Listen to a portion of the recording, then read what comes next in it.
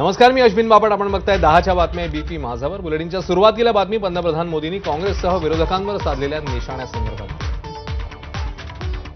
लोकसभेमध्ये काल नारी शक्ती वंदन विधेयक नामंजूर झाल्यावर पंतप्रधान मोदींनी आज देशाला संबोधित केलंय.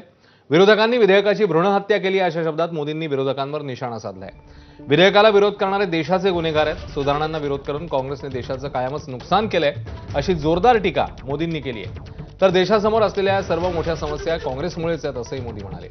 विरोधकांनी कितीही प्रयत्न केले तरी महिला सशक्तीकरणासाठी आमचे प्रयत्न हे सुरूच राहतील असं वक्तव्य मोदींनी त्यांच्या संबोधनात केलं. मोदींच्या आजच्या भाषणानंतर देशात पुन्हा एकदा राजकीय वातावरण तापणार असल्याचंच पाहायला मिळतंय.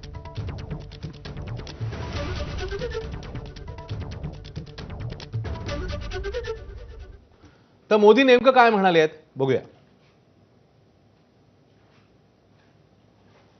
ये संसद में सभी राज्यों की आवाज को अधिक शक्ति देने का प्रयास था.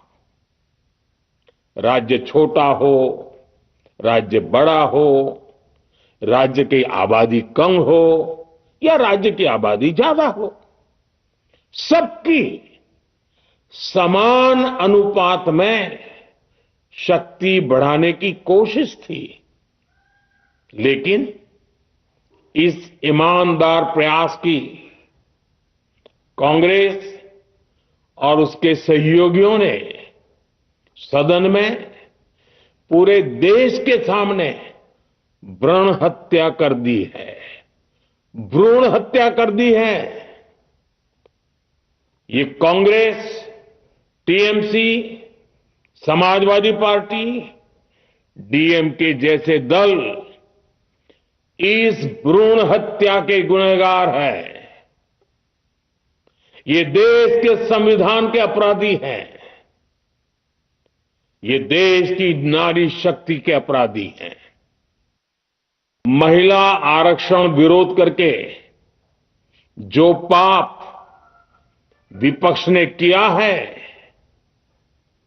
इसकी उन्हें सजा जरूर मिलेगी.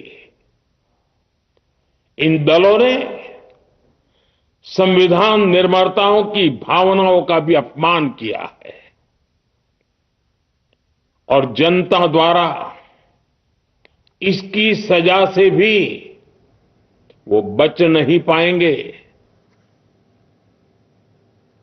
तर देशाला संबोधित करताना मोदी हे विरोधकांवर जोरदार बरसलेले पाहायला मिळाले.